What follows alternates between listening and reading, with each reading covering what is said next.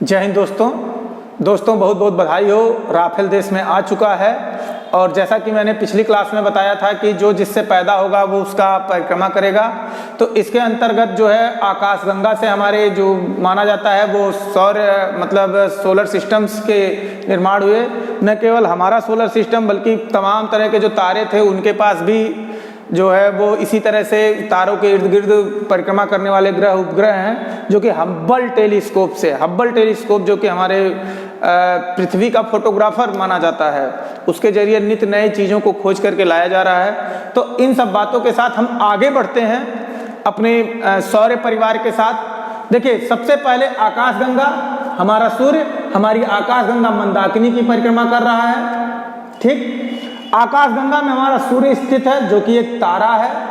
इस तारे की परिक्रमा हमारे 8 ग्रह कर रहे हैं। ठीक, और इन ग्रहों की परिक्रमा उनके उपग्रह कर रहे हैं। तो समझते हैं हम अपने सोलर सिस्टम को, जो हमारा घर है और हमारे पृथ्वी का मतलब हमारा निवास स्थान है। तो हमारे जो सोलर सिस्टम का मुखिया है वो हमारा सूर्य है। आप देख रहे हैं सूर्य है। सूर्य का जो टेम्परेचर है, जो उसके अंदर का टेम्परेचर है, उसके केंद्र का टेम्परेचर है, वो 1.5 करोड़ डिग्री सेंटीग्रेड है। हाँ मित्रों, 1.5 करोड़ डिग्री सेंटीग्रेड। अगर 100 डिग्री की बात की जाए तो 100 डिग्री पे पानी जो है वो वाष्प बन के उड़ने लगता है और करीब 400 से 700 डिग्री सेंटीग्रेड के बीच में जो है वो लोहा जो है वो पानी के रूप में परिवर्तित हो जाता है और हम उसको किसी भी आकार में जो है ढाल सकते हैं। तो ये 1.5 करोड़ डिग्री सेंटीग्रेड सूर्य के केंद्र का तापमान है। सूर्य के सतह के तापमान की बात की जाए तो 6000 डिग्री सेंटीग्रेड तापमान है और यही याद रखिएगा, यही 6000 डिग्री सेंटीग्रेड हमारे पृथ्वी के केंद्र का तापमान है। इसके बाद अगर बात की जाए तो सूर्य का जो आभा मंडल है, जिसको हम किरीट, करोना या आभा मंडल के नाम से जानते हैं, ये किरीट या करोना या आभा मंडल का जो टेम्परेचर है वो 1 लाख डिग्री सेंटीग्रेड है। मित्रों, 1 लाख डिग्री सेंटीग्रेड। सोचिए, सतह का टेम्परेचर 6000, केंद्र का टेम्परेचर 1.5 करोड़ और जो आभा मंडल है उसका टेम्परेचर 1 लाख डिग्री सेंटीग्रेड है। ना अजीब बात? वो इसलिए है क्योंकि जो ये नाभिकीय संलयन की प्रक्रिया है, जो हमारा ईंधन है, हमारे पूरे ब्रह्मांड में सबसे बड़ा जो ईंधन का कार्य करता है वो काम करता है हाइड्रोजन। मित्रों, इस हाइड्रोजन से नाभिकीय संलयन होता है। ये बेसिक मटेरियल है हमारे नाभिकीय संलयन के लिए। जैसे जो हाइड्रोजन है उसमें 1 प्रोटॉन और 1 न्यूट्रॉन होता है। मित्रों, यही एक मतलब कोई भी संख्या एक है ना, इकाई 1 + 1 = 2, 2 + 1 = 3, 3 + 1। तो इसी से सारे के सारे जो एटम बने हुए हैं, जो पदार्थ बने हुए हैं, जो तत्व बने हुए हैं, वो उसका बेसिक कंपोनेंट हाइड्रोजन है और इसी से संलयन करके हीलियम बन रहा है। इसका जो कंपोनेंट है 2 न्यूट्रॉन और 2 प्रोटॉन, तो ये बन गया आपका हीलियम और प्लस ऊर्जा उत्पन्न होती है। इस नाभिकीय संलयन में कुछ मटेरियल हमारा क्षय होता है और वही ऊर्जा के रूप में या प्रकाश के रूप में हमको प्राप्त होता है। मित्रों, आपको जानकर आश्चर्य होगा कि सूर्य से जितना टेम्परेचर हमको प्राप्त होता है वो पूरा का पूरा प्रकाश या ऊर्जा हमको विकिरण के द्वारा, मित्रों यहाँ आप देखेंगे ये विकिरण के द्वारा हमको प्राप्त होता है। इसका जो माध्यम होता है वो विकिरण होता है। ये 2 रूपों में प्रकाश प्राप्त होता है, एक दृश्य और एक अदृश्य। अदृश्य प्रकाश को ही हम यूवी किरण कहते हैं। मित्रों, यहां से आगे अगर हम चलते हैं तो हम देखते हैं कि ये जो 1 लाख डिग्री सेंटीग्रेड, देखिए ये जो प्रक्रिया है ये सूर्य के एकदम केंद्र में होगी 1.5 करोड़ डिग्री सेंटीग्रेड पर और यहां से इस ऊर्जा को बाहर आने में हजारों साल लग जाते हैं। सतह तक बाहर आने में हजारों साल लग जाते हैं और फिर यहां से प्रकाश आगे बढ़ता है। प्रकाश की जो चाल है वो 3 लाख, मित्रों प्रकाश की चाल बहुत बार पूछा गया है, 3 लाख किलोमीटर प्रति सेकंड होती है। अभी हम आगे भी चर्चा करेंगे। तो यहां पर 1.5 करोड़ डिग्री सेंटीग्रेड तापमान होने के बाद जब ये ऊर्जा बाहर आती है तो बाहर आते आते ये धीरे धीरे धीरे धीरे ठंडा होता रहता है। और ठंडा इसलिए होता है क्योंकि बाहर जो है, जो हमारा अंतरिक्ष है, अंतरिक्ष की जो प्रवृत्ति है, हमारा जो अंतरिक्ष है उसकी प्रवृत्ति जो है वो ठंडा है मित्रों। और आप जानते हैं कि ऊर्जा का जो संचलन होता है, ऊर्जा बहती है ठंडे से गर्म की ओर और गर्म से ठंडे की ओर। ये इधर बहेगी, ये इधर बहेगा और दोनों सामने में आने की कोशिश करेंगे। तो कहने का मतलब यह है कि सतह का टेम्परेचर 6000 डिग्री सेंटीग्रेड, और अगर हम यही देखते हैं कि हमारे आभा मंडल का टेम्परेचर है वो 1 लाख डिग्री सेंटीग्रेड होता है। इसका कारण होता है सूर्य के इलेक्ट्रोमैग्नेटिक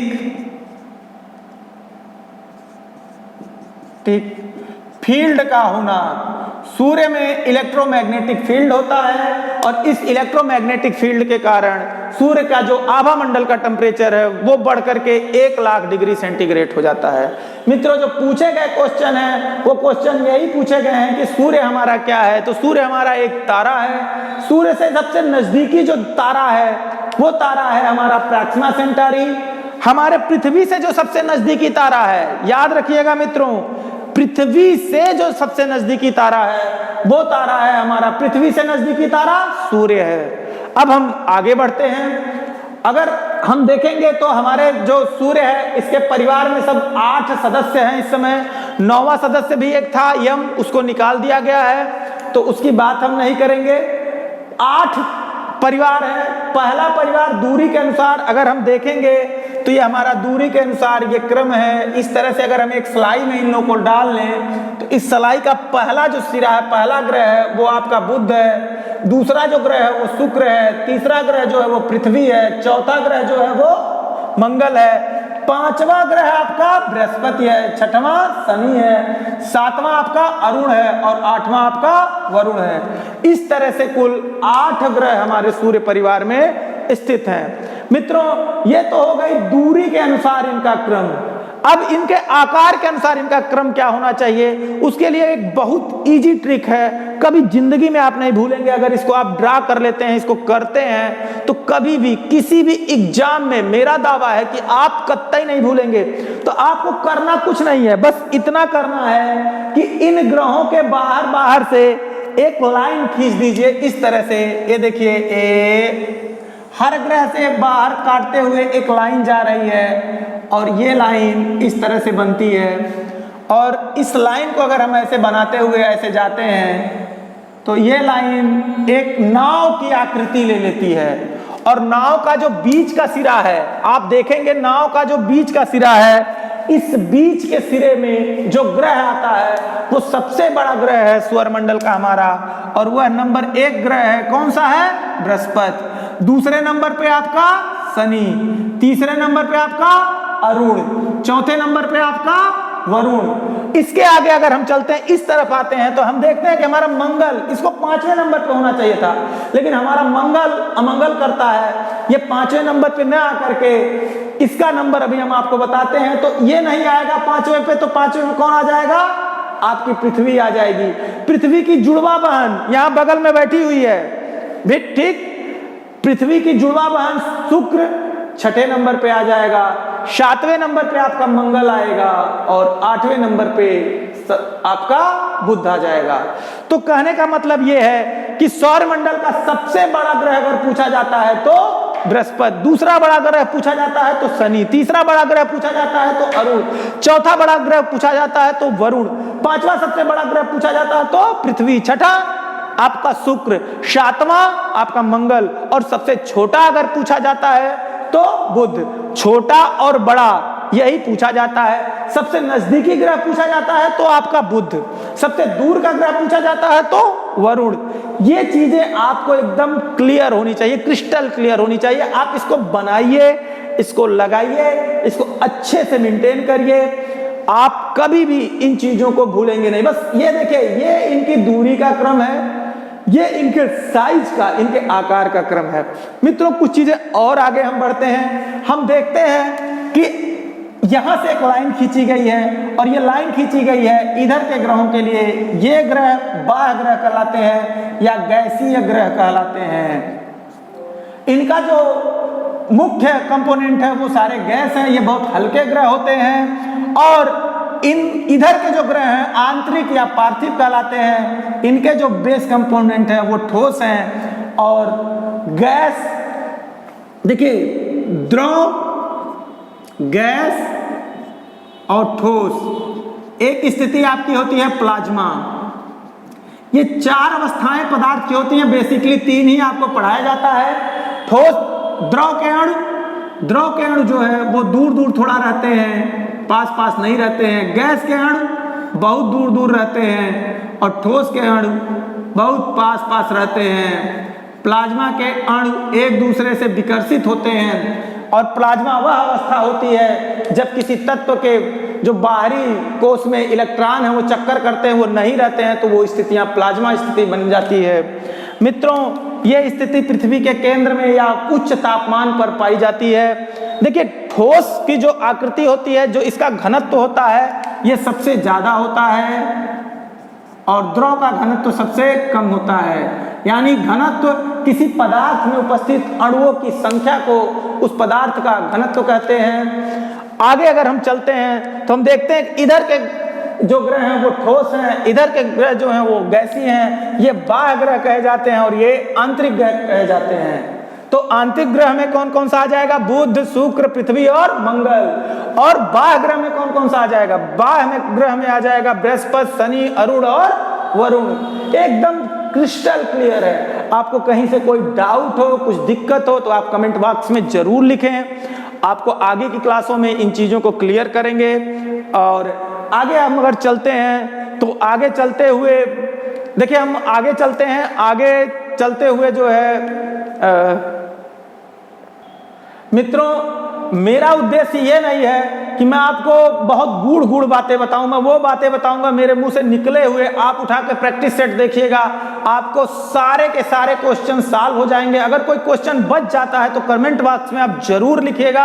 आप आगे देखिए, जो क्वेश्चन पूछे गए हैं वो पूछे जाते हैं परिक्रमण क्या है, परिभ्रमण क्या है। तो देखिए मित्रों, परिक्रमण सीधी सी बात है, जब कोई ग्रह किसी तारे की परिक्रमा करता है तो उसको परिक्रमण कहते हैं। परिभ्रमण क्या है? जब कोई ग्रह अपने अक्ष के परितः स्वयं परिक्रमा करता है, जैसे ये लट्टू अपने अक्ष के परितः परिक्रमा करता है, तो उसको परिभ्रमण कहते हैं। देखिए मित्रों, इसके अलावा जो क्वेश्चन बहुत बार पूछा गया है, बहुत सारे एग्जाम में पूछा गया है, वो है कि प्रकाश वर्ष है। ऐसे करके पूछा जाता है प्रकाश वर्ष है, तो यह दूरी का मात्रक है। यह मात्रक यह शो करता है कि प्रकाश के द्वारा एक वर्ष में चली गई दूरी को एक प्रकाश वर्ष कहते हैं। और आप देख रहे हैं कि प्रकाश की चाल 3 लाख किलोमीटर प्रति सेकंड है। यानी एक सेकंड में प्रकाश जो है वो 3 लाख किलोमीटर चला जाता है। अब आपको लगता होगा कि ये प्रकाश तो बहुत तेज चल रहा है, तो बहुत दूरी तय करेगा। अरे मित्रों, हमारे पूरे यूनिवर्स में, हमारे ब्रह्मांड में ऐसे ऐसे तारे हैं जिनका प्रकाश आज तक ब्रह्मांड की उत्पत्ति के बाद हमारे तक नहीं पहुंच पाया। यानी कि हमारा ब्रह्मांड का विस्तार बहुत ज्यादा है। हम प्रकाश की गति से भी अगर दूरी तय करते हैं तब भी हम पूरे ब्रह्मांड को नाप नहीं पाएंगे, क्योंकि अरबों साल हो गया हमारे ब्रह्मांड को उत्पन्न हुए और अभी तक किसी तारे का प्रकाश हमारे तक नहीं पहुंच पाया। तो सोचिए कितने ज्यादा दूरी पर होंगे। इसके अलावा जो दूरी मापने का सबसे बड़ा मात्रक होता है वो पारसेक होता है। दूरी मापने का सबसे बड़ा मात्रक वो पारसेक होता है। ये भी कई बार पूछा गया है एग्जाम में, बहुत सारे बार इस चीज को पूछा गया है कि पारसेक क्या है। तो मित्रों, परिक्रमण, परिभ्रमण, प्रकाश वर्ष, पारसेक, ये चीजें, इन चीजों के साथ दिमाग में रहना बहुत आवश्यक है। और अगर ये चीजें दिमाग में रहती हैं तो आप बहुत सारी चीजों से बच जाएंगे, बहुत सारे क्वेश्चन को सही तरीके से आप अटेंड करेंगे और गलतियों से आप आसानी से बच जाएंगे। आइए मित्रों, हम आगे चलते हैं। हम हर एक ग्रह का जो कॉन्फ़िगरेशन है, आप मोबाइल खरीदते हैं तो मोबाइल में देखते हैं कि कितने जीबी का डाटा पड़ा है, कितने जीबी हम इसमें स्टोर कर सकते हैं, इसका रैम क्या है, इसकी क्या खासियत है। तो आइए हम देखते हैं कि जिस पृथ्वी पर हम रहते हैं उसके आसपास जो जो ग्रह रहते हैं उनका क्या क्या खासियत है, वो क्या क्या खूबियां अपने अंदर छिपा करके रखे हुए हैं। आइए हम उनको खोलते हैं और देखते हैं कि हर ग्रह के पास क्या विशेष खूबियां हैं। मित्रों आइए, देखिए बुध है, ठीक, ये हमारा सूर्य से सबसे नजदीकी ग्रह है और प्रत्येक ग्रह का जो मार्ग है, हमारे ग्रहों का मार्ग है, वो परवलयाकार या अंडाकार मार्ग में ये सूर्य की परिक्रमा करते हैं। ध्यान दीजिएगा। और जब ये एक परिक्रमा कर लेते हैं तो यही किसी भी ग्रह का एक वर्ष कहलाता है। जैसे हमारी पृथ्वी को जो है परिक्रमा करने में, पृथ्वी को हमारे परिक्रमा करने में परिक्रमा अवधि या साल जो है वो 365 सही 1/4 दिन है। मित्रों, आप लोग पढ़ते होंगे 365 दिन, लेकिन सही आंसर है 365 सही 1/4 दिन। यही 1/4 दिन हर चौथे साल जुड़ करके एक दिन होता है और चौथे साल की फरवरी का जो दिन है वो 29 दिन का हो जाता है। मित्रों, हमारा जो पृथ्वी है वो अपने अक्ष पर एक बार जब घूमती है यानी घूर्णन करती है, घूर्णन या परिभ्रमण करती है, तो ये परिभ्रमण का जो समय है वो है 23 घंटा 56 मिनट और 4 सेकंड।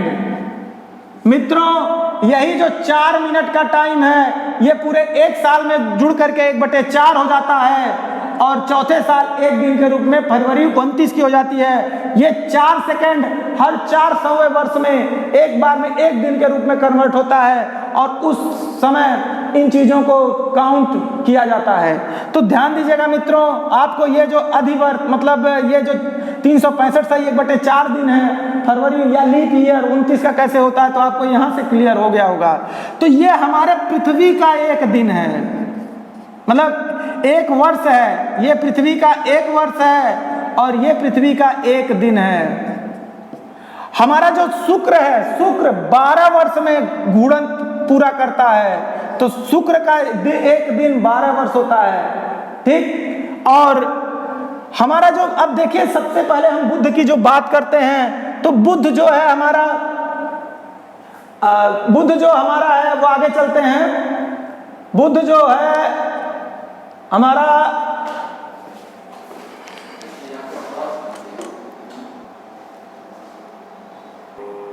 हाँ, तो मित्रों आगे चलते हैं, देखते हैं कि हमारा जो बुध है वो क्या क्या अपने अंदर विशेषताएं समेटे हुए है। तो हम देखते हैं कि हमारा बुध जो है वो सूर्य की एक परिक्रमा करने में कुल 88 दिन का समय लेता है और इसका दैनिक तापांतर सबसे ज्यादा है, यानी ये जल्दी गर्म होता है बालू की तरह और जल्दी ठंडा हो जाता है। मित्रों, अगर आप ये सोचते हैं कि हमारे सौर परिवार का सबसे गर्म ग्रह बुध है क्योंकि सूर्य के ये नजदीक है, तो आप गलत हैं। बुध हमारा सबसे गर्म ग्रह न होकर के सबसे ज्यादा गर्म ग्रह जो है वो आपका शुक्र है। शुक्र के बारे में आइए देखते हैं। हमारा जो शुक्र है उसके परितः CO2 यानी कार्बन डाइऑक्साइड का और मीथेन का वायुमंडल CH4 का वायुमंडल पाया जाता है। इसके कारण जो है हमारा शुक्र वो सबसे ज्यादा गर्म ग्रह है। इसको गर्म ग्रह के रूप में कहते हैं, इसको प्रेशर कुकर के सदृश ग्रह के रूप में। देखिए, गर्म ग्रह, भोर का तारा, सांझ का तारा, ये सारे क्वेश्चन पूछे गए हैं। सुंदरता की देवी वीनस, इसका नाम वीनस भी है, जो कि एथेंस में सुंदरता की देवी के रूप में जाना जाता है।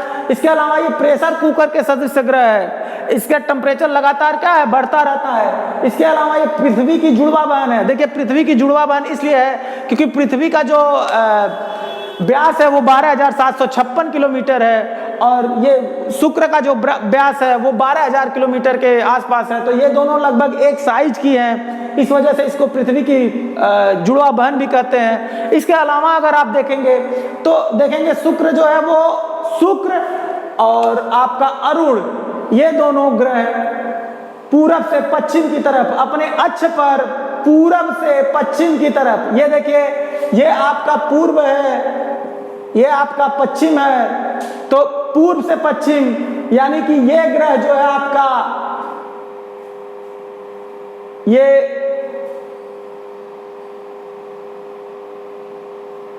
ये ग्रह आपका पूर्व से पश्चिम की तरफ गति करेंगे और बाकी के सारे ग्रह जो है वो पश्चिम से पूर्व की तरफ गति करते हैं। इसीलिए यहां पर जो सूर्य है, अगर कभी पूछ दिया कि शुक्र पर जो है सूर्य किस तरफ से उगता हुआ या निकलता हुआ दिखाई देगा, तो हमारे वहाँ पूरब से निकलता हुआ दिखाई देता है, क्योंकि हमारी पृथ्वी पश्चिम से पूर्व की तरफ गति करती है, जबकि शुक्र पूरब से पश्चिम की तरफ गति करता है। तो वहाँ पर सूर्य जो है, जो सूर्योदय होगा वो पश्चिम तरफ होगा और सूर्यास्त जो होगा वो पूरब की तरफ होगा। तो हमारे पृथ्वी के जस्ट उल्टा ये दोनों ग्रह इस तरह का बिहेव करते हैं। तो आइए देखते हैं कि बृहस्पति, यहाँ तक बुध और बृहस्पति इन दोनों ग्रहों के पास कोई चंद्रमा नहीं है, यानी कि कोई उपग्रह नहीं है। इसके बाद अगर हम देखते हैं तो देखते हैं कि हमारे पृथ्वी के पास एक उपग्रह है, पृथ्वी के पास एक उपग्रह है और इस उपग्रह का नाम है चंद्रमा।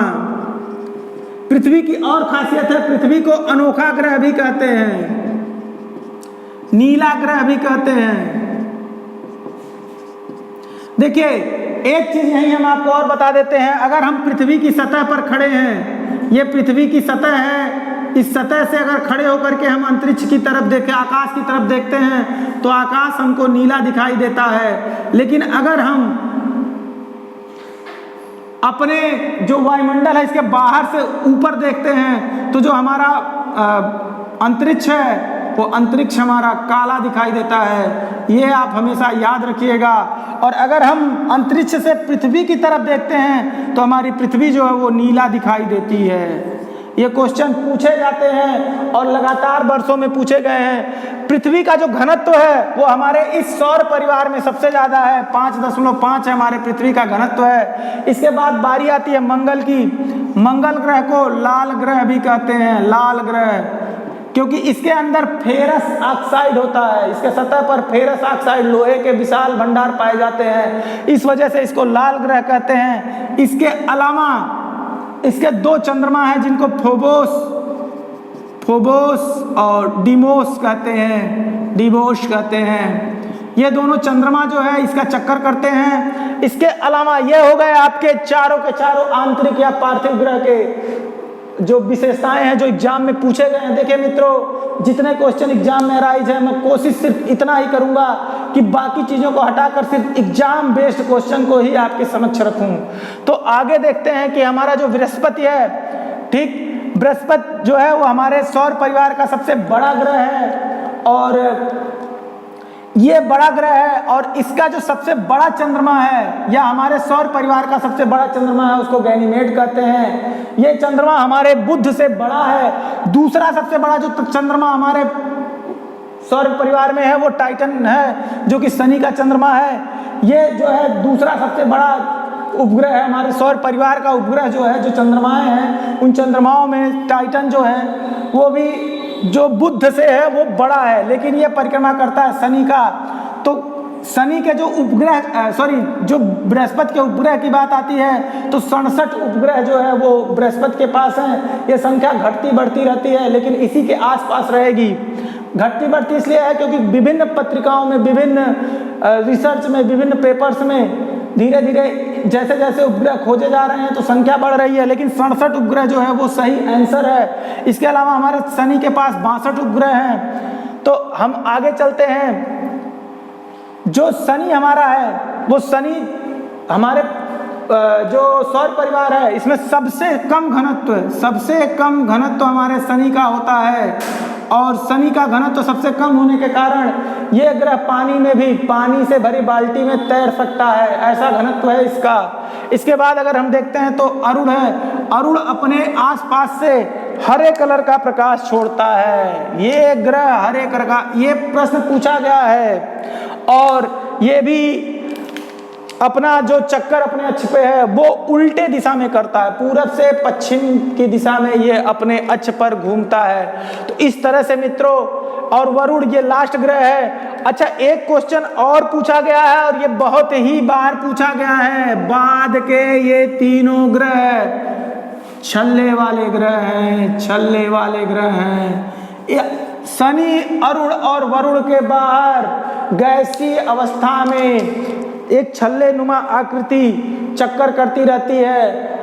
शनि के आसपास तो इस छल्ले का जो साइज है वो करीब 1 किलोमीटर के आसपास है। तो मित्रों चलते हैं हम अगले टॉपिक की तरफ। ये सारी चीजें हम देखते हैं क्लियर हो गया होगा। हम इसके बाद आएंगे पृथ्वी की आंतरिक और वाह संरचना की तरफ। ये हमारा अंतरिक्ष का टॉपिक है, ये हमारा सौर परिवार का टॉपिक है, ये पूरा हो गया। हम एक बार फिर से पूरी चीज़ों को आपको लाइन बाय लाइन क्लियर करा देते हैं। देखिए हमारा सूर्य है, सूर्य से हमारे निकले हुए 8 ग्रह हैं, 8 ग्रह की आकृतियां हैं, इनके जो मेन जो पूछा गया है जो परीक्षाओं में वो सारे टॉपिक हैं। अब आपसे हम विदा लेते हैं, मिलते हैं हम अगले टॉपिक पर। जय हिंद, जय भारत।